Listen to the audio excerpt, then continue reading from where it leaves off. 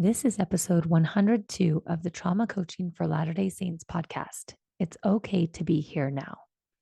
I'm your host, Danita Bremer. I'm a Latter-day Saint mom with a history of trauma. I use my own life experience and spiritual gifts, as well as mindset and somatic tools to help you trade ashes for beauty and end generational trauma. Let's talk about what it takes to holistically find lasting joy.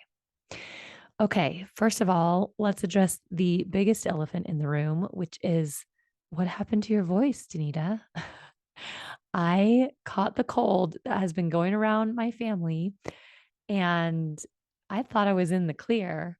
And then late last week, I got a cold and my voice went to like 5%. What you are hearing now is, I would say, like 70%. So I'm feeling almost all the way better as far as the cold goes, except that in the last 10 years or so, every time I get a cold, my voice does this, and it takes several weeks for it to come back totally to normal. So I might cough every now and then. I will try to not cough in your ears. But that is why my voice sounds weird today. I did not want to have to skip another episode. So we're just carrying on with life without a full voice. The second thing is that I switched the title of the podcast just slightly. Instead of trauma healing, I am calling it trauma coaching because I want to be very, very clear that I am not a therapist. I am not a licensed or certified counselor in any way, shape, or form. I am a life coach. And what is the difference between coaching and therapy? Because I think the lines are very blurred.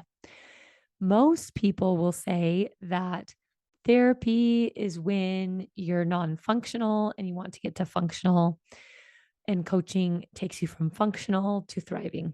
I think that's a pretty good description.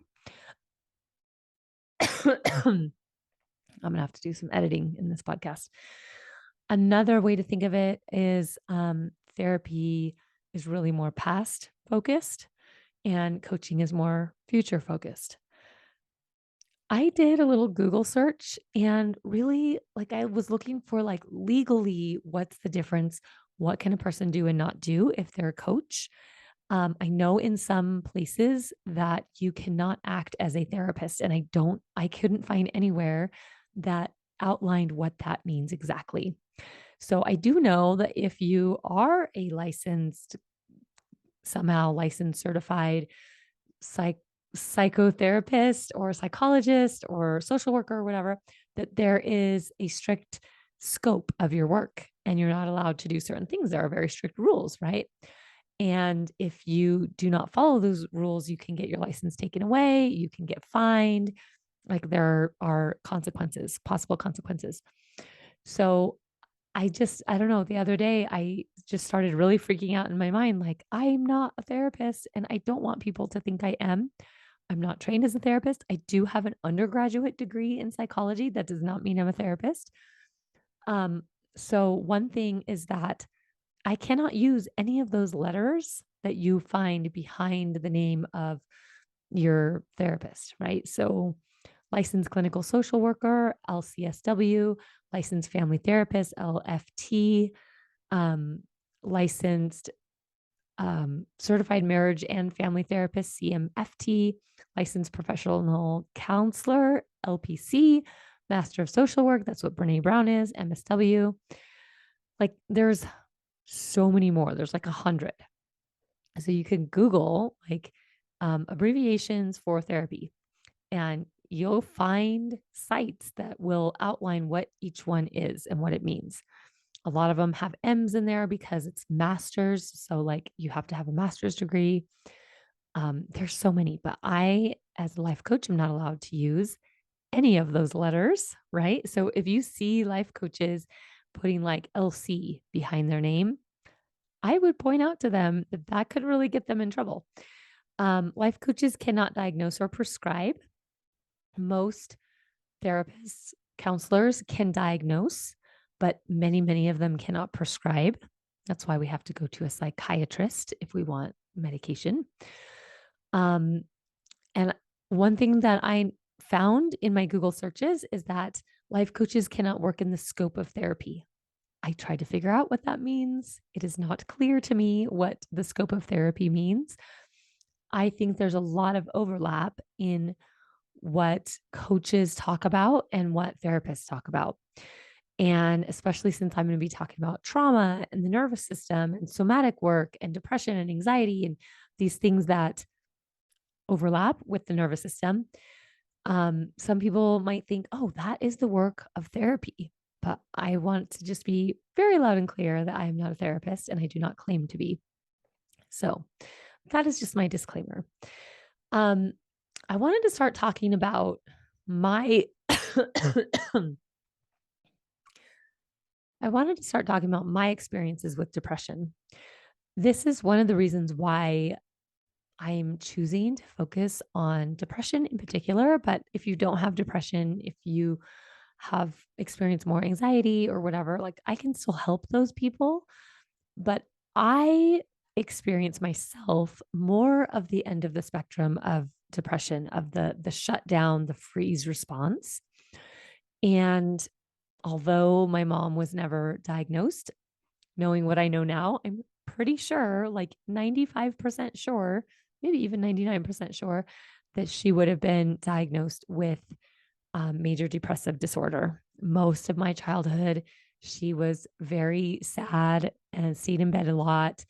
I mean, she did work, it wasn't entirely that way, but pretty sure she would have been diagnosed with depression. I actually think that my dad would be diagnosed with depression or possibly bipolar.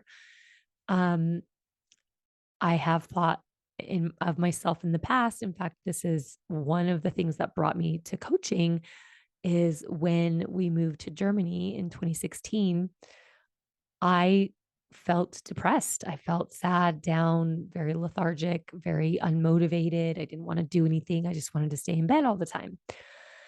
And so I started searching for depression help. I actually searched in my podcast app because we had just moved to Germany and I was totally overwhelmed with the thought of trying to find a therapist in Germany and dealing with the language barrier and all of that. So I myself, I'm pretty sure, in fact, my oldest daughter has been diagnosed with depression. She's not struggling with it at the moment, but she's been in a lot of therapy the past few years. And at one point, she and her counselor together decided that she should explore getting on medication. So it was during COVID. And so we did like a telehealth um, appointment, and I sat in on that session. And the psychiatrist asked my daughter lots of questions. And I just kind of sat there and listened and was just there for support. But one thing I noticed myself thinking was like, oh, yeah, these questions I would all answer the same as my daughter, most of them. So if I wanted to seek out a diagnosis of depression, I wouldn't be surprised if I myself would be given that diagnosis. And like I said, my daughter has struggled with depression. And then my husband's family has quite a history of mental health challenges. His biological grandmother had schizophrenia. His mother had bipolar disorder, and as well as her brother and her sister. So it's in the family, right? And one thing to note is that depression travels in families. It can be passed on, not just like learned behaviors, although I think that is one aspect of it, but also in your epigenetics. Genes can be turned on and off depending on situations to predispose you to depression or not depression, also, right? So it's just something to think about. And so that's why I chose to focus my efforts on people who struggle with depression. I really don't like saying people who have depression because I don't think it's an identity. But if you could struggle with it. And maybe in a future episode, I will talk about even the label itself of depression can be problematic. So there's that, but I don't want to get into that today.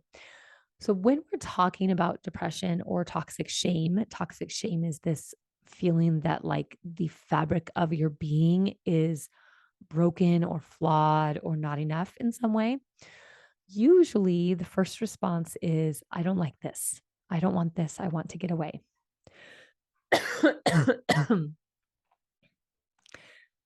And what I want to offer to you in this episode is that it's okay to be here now because you are here now. I totally 100% understand not wanting to have depression or struggle with depression or have the symptoms of depression, right? I understand wanting things to be different than they are. But the truth is that however you are, it's okay to be here now.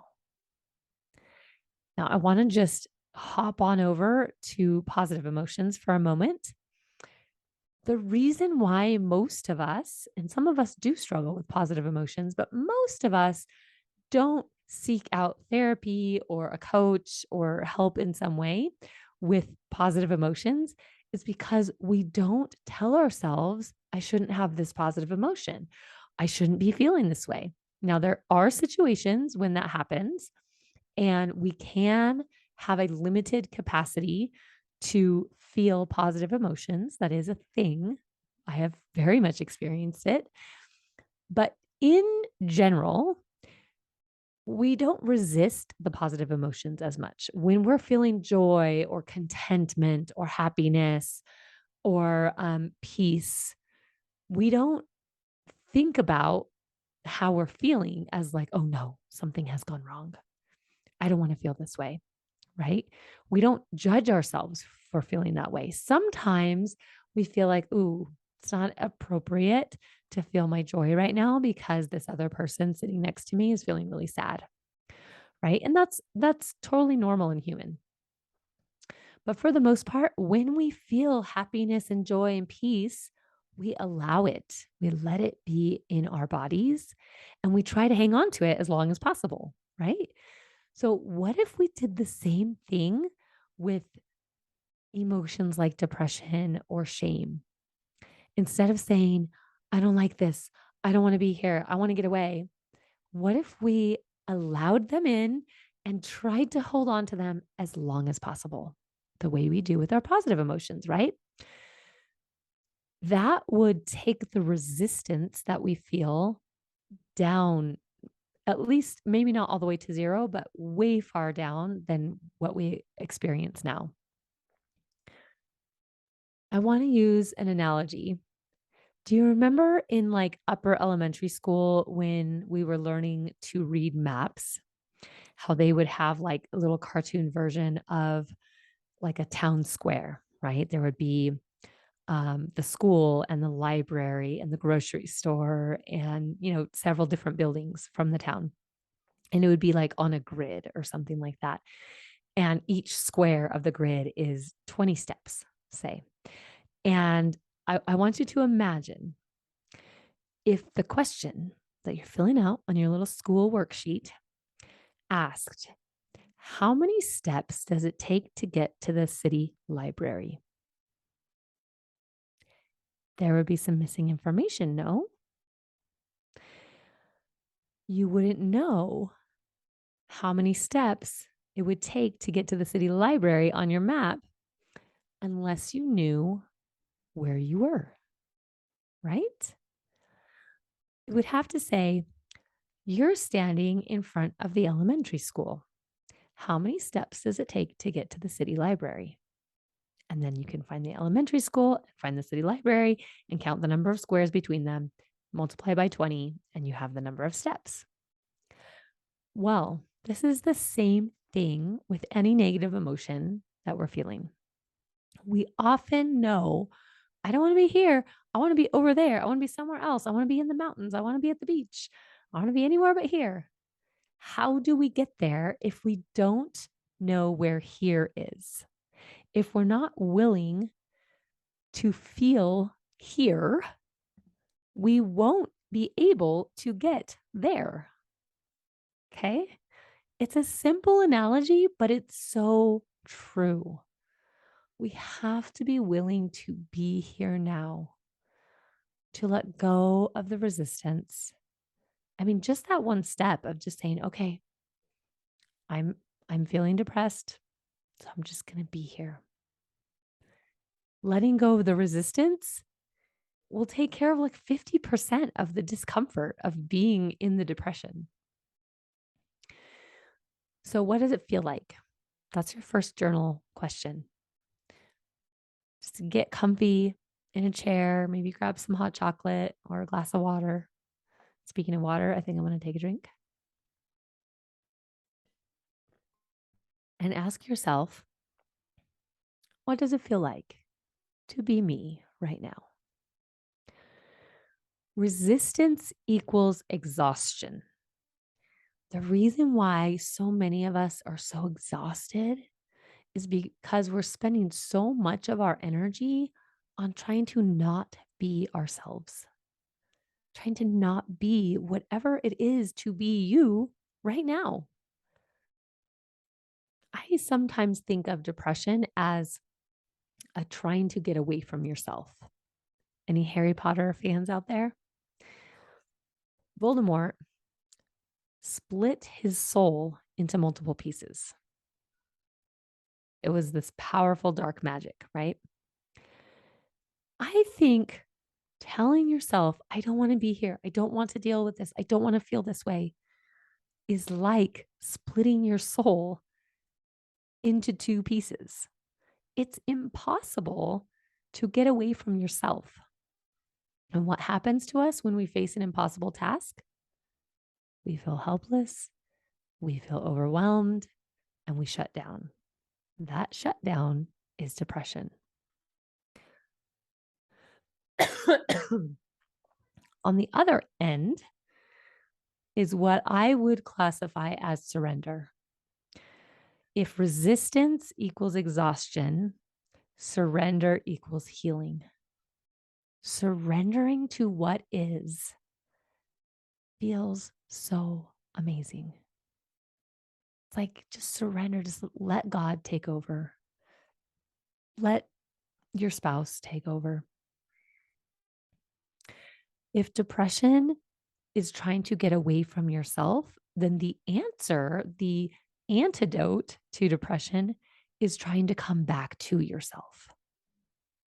Right? So it's going to require you to be kind and loving and compassionate to yourself. I know that's so hard. I get it. I was like, I heard for years, well, you have to speak kindly to yourself. And I'm like, yeah, do you really? Right? And I'm here to tell you, you have to speak kindly to yourself. Shame is literally your left hemisphere of your brain turning away from your right hemisphere of your brain. Your right hemisphere is where your essential self lives. Your left hemisphere is where the judging takes place. It's literally you turning away from yourself. And in order to fix it, and I put that in air quotes, we have to turn back towards ourselves. It sounds like this. Hey, you, what's going on today? What's up? What do you need? Oh, this is so hard, isn't it, love? It's like if you are very loving and kind to your children, can you speak to yourself the way you would speak to your children or like the way you would speak to like a hurt toddler? Because truly that's what we all are, is hurt toddlers. Can we say, "Oh, you hurt yourself. I'm sorry. Are you okay? How can I help? Can I kiss it?" Right? Can we talk to ourselves like that? Can we say, "Oh, that was so hard. I'm so proud of you. Do you need a kiss? Do you need a hug?" Right? So, your second journaling question is, how do I currently talk to myself? And how do I want to talk to myself? What would it look like? And I really want to encourage you to answer both of these questions, because when you think about how do I want to talk to myself, What would it sound like? What would it feel like? What would it look like if I was kind to myself? It's going to feel awful. It's going to feel weird and squiggly and like awkward, right? Because you're not used to doing it. You haven't practiced it enough. That's why it's hard. It's not hard because it's hard in and of itself. It's hard because you haven't practiced it enough and it makes you feel awkward. That's the only reason. But I promise you that when you start talking to yourself, and I speak from experience here, when you start talking to yourself with kindness and love, your world is going to change. We got to soften. We got to come at it with like so much love and so much grace, right? So much openness, so much curiosity, no judgment. No, like I know what's best and you should just get up and do that thing that you're supposed to do. Who who wants to do anything for someone who's like, "Why didn't you do that? You're so lazy. You're so terrible." I don't know about you, but I do not want to do anything for that person. But the person who's like, "Hey, can I help you? What do you think? What do you want? Do you feel like it right now?" I'm like, "Yes. I want to do things for the person who loves me no matter what." Right? So we have to be that person to ourselves. You are with yourself 100% of the time. And I know that we've heard this all before, but there's a reason why it's like a foundational, fundamental idea. There's a reason why everyone is talking about it. So I would ask you, why haven't you started talking to yourself this way yet? If everyone is saying it's so amazing, why haven't you? That's question number 3. Okay, so now I have a somatic exercise. And all I mean by somatic is it's going to require your body. Soma means body. So, one thing that is very, very common, especially in depression, is this description of feeling like you're in a deep, dark hole or like you're floating in outer space, which is also a dark place, right? So, one of the things is to notice if you can feel the bottom or the sides of the hole. If you're floating in outer space, is there an edge to the room? Is there a bottom? So it's a really simple exercise. It's just to hold yourself like in a hug. If you were to give yourself a hug and hold yourself, we call this containment. Just do that. Maybe even set a timer for 1 minute and hold yourself and feel what it feels like to be held by yourself. This is a type of turning toward yourself. What does this feel like? For me, I'm doing it right now. It makes me naturally want to like rock my body, kind of like I would if I was holding an infant in a rocking chair. I just like want to rock. It feels good. It feels warm. It feels safe, right? Now, if you want to take this a step further, I call it petting, but like rubbing your arm, just feeling your arm. Take your right hand and feel your left arm and just feel down your arm. And if you're on YouTube, you can see me doing this and just be like, this is my arm. This is me. This is where I start and stop. That's the idea is when we feel like we're in this deep, dark hole or we're floating in outer space, it's like we don't know where we begin and end. And so touching into yourself, into your arms, your head, your neck, your shoulders, your chest, if it feels comfortable to do that, your belly, your legs, all the way down to your feet, just touching it, feeling it. This is me. This is where I start and stop. These are my edges. I know it sounds silly. I know it sounds like too simple, but this is a fabulous place to start. Okay. When we are willing to be here now, we admit we need help. When we're in that deep, dark hole, we can't get out of it ourselves. And it's okay. We are not meant to be alone on an island. That is not what God intended for us. We are meant to be in community, in relationship. We are supposed to be in relationship. And this is one of the reasons. So that when one of us is struggling and needs help, others of us will be in the position to help. And maybe someday you'll be the one who's out of the deep, dark hole, turning around and helping someone else. Right. And for many, many people with depression, with this feeling, this felt sense of, I'm in this deep, dark hole, reaching out for help is the only way to come out of it. So find help.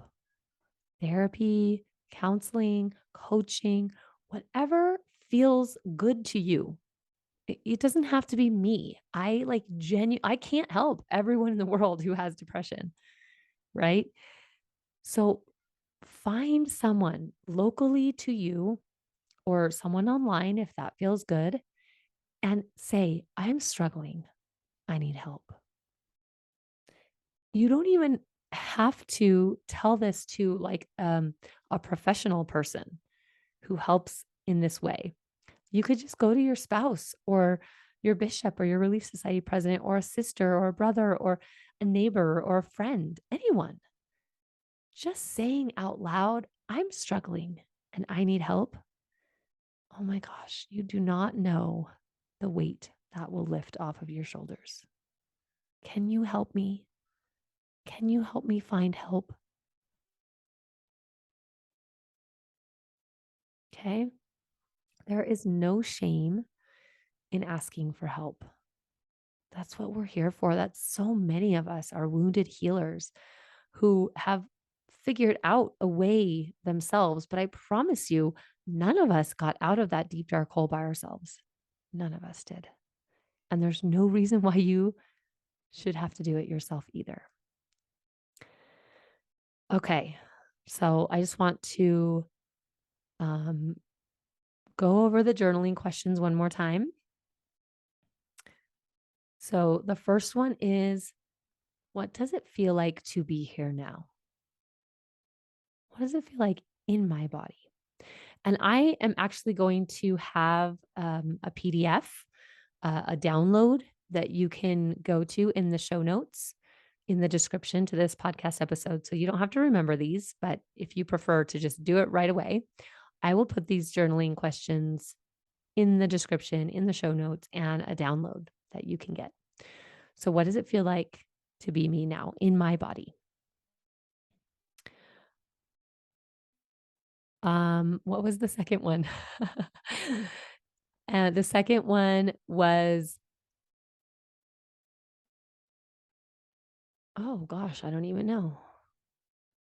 Where did I have it? I didn't have it written down. I kind of created it off the top of my head. How about the second question is, what does it feel like to try to get away from it, to resist it, to not like it, to not want to be here? I just want to recap the journaling questions and then tell you about upcoming things going on in Danita Bremer coaching. And then that will be enough for today. Journaling question number 1 is, what does it feel like to be me here now? And I will have these journaling questions in a PDF that you can download if you'd like to do that. Journaling question number 2 is, how do I speak to myself currently? Number 3 is, how do I want to speak to myself? What would that sound like? Number 4 is, why haven't I started speaking to myself kindly?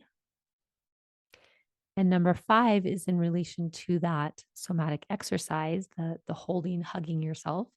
What does it feel like to hold myself?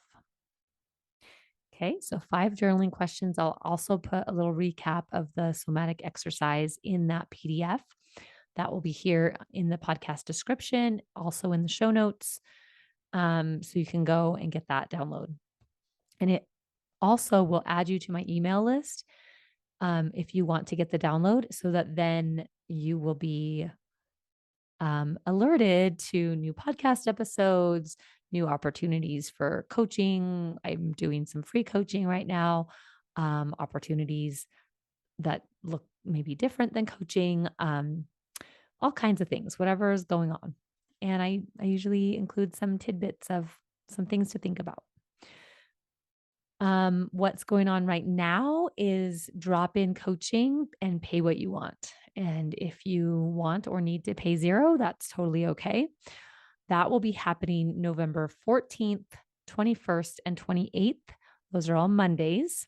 So Mondays in November, except for Monday the 7th, there's no drop-in coaching that week. And it will be held at 12:30 p.m. Mountain Time. And if you want the Zoom information, then click on the link in the show description or in the show notes to be added to that list. So I hope you come. I hope you enjoy it. I hope this has been so helpful. That's enough for now. And so are you. To learn more about trauma, head to my website, danitabrummer.com, and get my free PDF where I talk about daily actions that could be coming from an underlying trauma response. To help others learn what you're learning from this podcast, please leave a rating and a review on your favorite podcast app or share with a friend. Until next time, go be yourself and follow the spirit.